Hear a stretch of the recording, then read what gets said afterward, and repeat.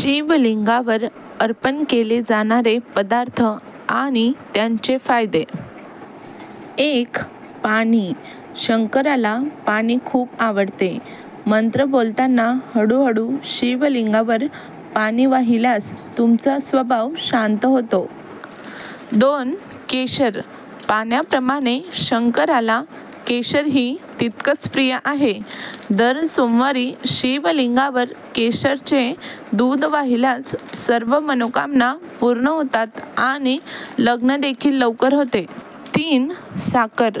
महादेवाला अभिषेक करायचा झाल्यास शिवलिंगावर साखर वाहायची. असे केल्यास धनलाभ होतो. 4. दूध. शिवलिंगावर दूध वाहावे. त्याने आरोग्य नीट राहते आणि कोणतेच आजार आपल्याला होत नाहीत. 5. दही. पाणी केशरप्रमाणे शंकराला दही देखील खूप आवडते.